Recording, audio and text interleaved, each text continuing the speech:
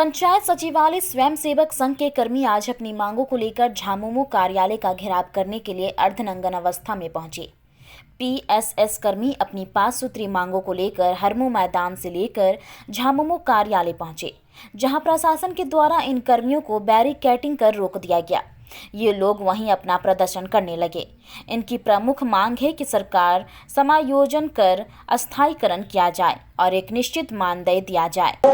हम लोग देखिए आज 4 महीने से पंचायत सचिवालय 4 महीने से अधिक हो गया है। पंचायत सचिवालय स्वयंसेवक जो है धरना पर बैठे हुए राजभवन के सामने, लेकिन माननीय हेमंत सोरेन जी द्वारा अभी तक हम लोग के साथ न वार्ता किया गया, न हम लोग की मांगे पूरी की गई है। सिर्फ और सिर्फ छलावा किया जा रहा है। या सरकार जो बनी है हेमंत सोरेन की सरकार, चुनाव से पहले हमारे संघ के प्रतिनिधि मंडल से वार्ता किया था।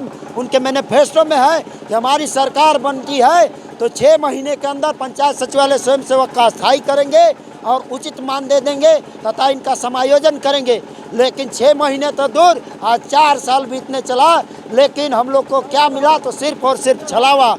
आज हम लोग बाध्य होकर के पूरे घर परिवार छोड़ करके 4 महीने से राजभवन के पास बैठे हुए हैं। चाहे बारिश हो, ठंडा हो, धूप हो, बिजली तड़क रही हो, लेकिन फिर भी हम लोग बाध्य होकर के बैठे हुए हैं। आज आजिज होकर के हम लोग नंग दड़ंग प्रदर्शन करने केंद्रीय कार्यालय झामुमो के केंद्रीय कार्यालय पर आए हुए हैं। और जहाँ की प्रजा निर्वस्त्र होती है, नंग धड़ंग होती है, वहाँ के राजा स्वतः निर्वस्त्र हो जाते हैं।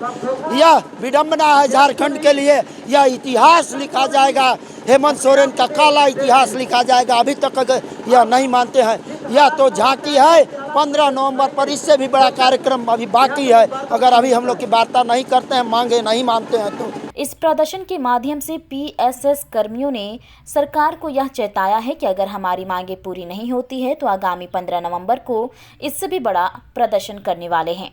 वहीं उनकी मांगों को लेकर झामुमो कार्यालय में 15 सदस्यीय टीम का केंद्रीय महासचिव विनोद पांडे के साथ एक वार्ता हुई, जिसमें इन्होंने कहा कि हमें प्रोत्साहन राशि नहीं चाहिए, हमारी मानदेय राशि की है।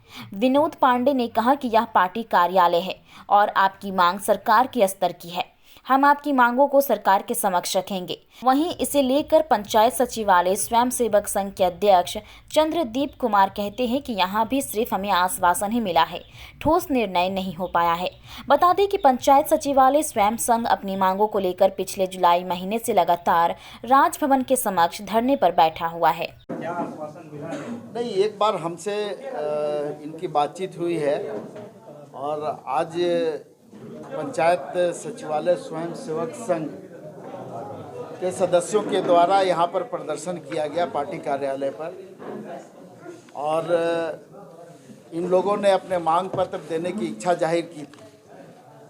मैंने इन्हें बुला करके इनके 15 सदस्यीय सदस्यों को बुलाया और इनसे बातचीत की और इनकी जो 5 सूत्री मांगे हैं उन मांगों के बारे में मैंने विस्तार से इन लोगों से बात किया और मैंने बहुत स्पष्ट रूप से कहा कि ये पार्टी कार्यालय है, हम पार्टी के पदाधिकारी हैं और ये सरकार स्तर का निर्णय है। मैं सरकार के समक्ष आपकी मांगों को रखूंगा और सरकार से मैं इस पे सहानुभूतिपूर्वक विचार करने का अनुरोध भी करूंगा। और जो भी आप लोगों की व्यवस्था पहले से लागू थी या प्रोत्साहन राशि बंद हुआ है या योजनाएं चल रही है उसका लाभ आप लोगों को नहीं मिल रहा है, इन सारे विषयों पर हम बातचीत करेंगे।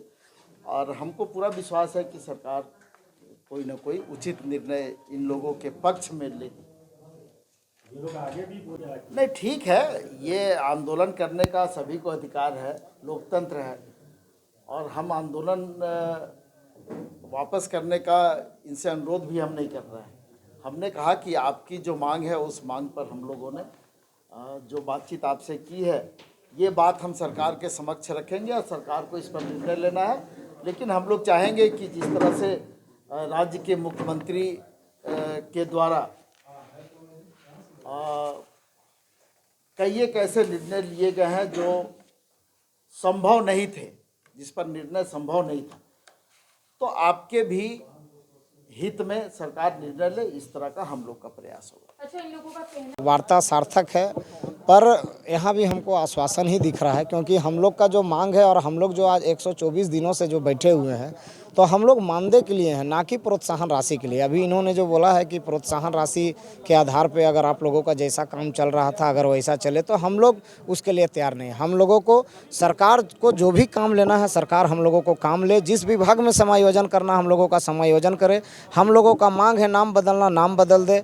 हम लोगों को जो है मानदेय ही चाहिए। मानदेय पर अगर सरकार पहल करती है तो ठीक है, न तो आंदोलन चलता रहेगा। आंदोलन मेरा स्थगित नहीं हुआ है अभी, और 15 नवंबर को इससे भी ज़्यादा संख्या में नंग धड़ंग प्रदर्शन होगा। करने की बात आ रही है सामने। देखिए, अब दूसरा कोई उपाय भी नहीं बच रहा हम लोग के पास। हम लोग के पास कोई रास्ता ही नहीं छोड़ रही है सरकार। बार बार पूर्ववर्ती सरकार की पाप, तो पूर्ववर्ती सरकार का चर्चा होता। हम पूर्ववर्ती सरकार का चर्चा करने यहाँ नहीं आए। हम सरकार का काम कर रहे थे। पूर्ववर्ती सरकार में हमारी बहाली हुई, उन्होंने क्या बनाया नियम कानून, उसमें हमको नहीं जाना है। अभी की सरकार क्या करती है उस पर बात होनी चाहिए थी।